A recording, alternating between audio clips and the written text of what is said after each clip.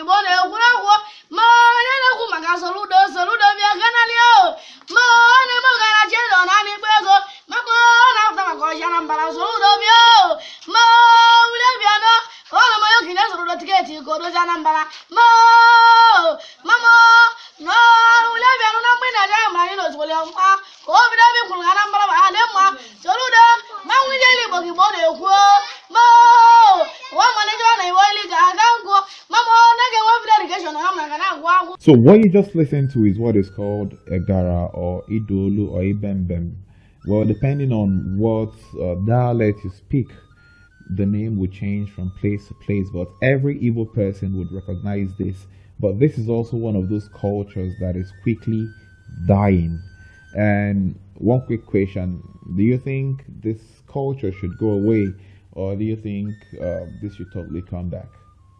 Now, that is the sound of a person singing, but this is a special kind of singing because it has very strong and powerful significance among the Igbos. First, it's a song that calls one to action.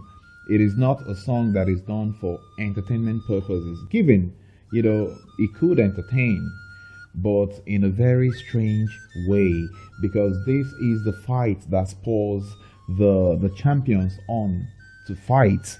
This is the fight that spurs on young warriors into the battlefield and make them lose fear for dying, and they can go into the battlefield, accomplish great things for their communities and come back victorious. This is the singing that makes great people take actions that can uplift their whole communities, improve the lives of their people, do doings more or less. Yeah, so I know you probably won't understand what that is. So ask a Nigerian what it means to do doings, but literally, Mbem or Egara is a song that spurs people to action because it is partly praise singing and it is partly storytelling. So the person who performs this kind of singing is usually either trained or has inherited the ability to do this, because believe it or not, everybody can do it. Yeah, it's not an ability anybody can learn, and then when someone has learned this and when someone has inherited it, the difference is really clear. So like in the case of these kids, you can see, it comes natural to them. They are able to perform at very young ages without any stress whatsoever. And well, I guess that's one of those things you can get if you're an Igbo person, if you're possessed by the spirit of the song, and you'd be able to sing it. And then when you also listen to the singing, it's full of proverbs and wise sayings.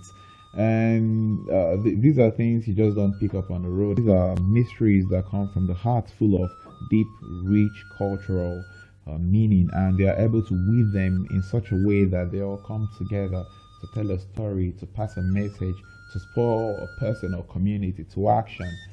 It's like the clarion call. That's what this song right here is. And sometimes when the singer is possessed by the spirit of the song, they are able to go into the community and pass on a message or entertain people, or facilitate a process. So maybe there are young people who are working, and the singer is needed to motivate them to keep working without getting tired. So he sends amongst them, and then he starts a song, and you can see the young persons work a lot faster and more energetically than they would ordinarily do. Same with people who dance, same with people who do doings, and who perform all the culturally relevant roles in the society. So if you're an Igbo person, do you have this culture of singing? Do you know any persons who's able to perform this, and how did they learn it? Did it come naturally to them, or is that something they practice over time to learn? And what do you think? Is this one of those practices that should stay, or is this one of those practices that should go away? Let's talk about it in the comment section.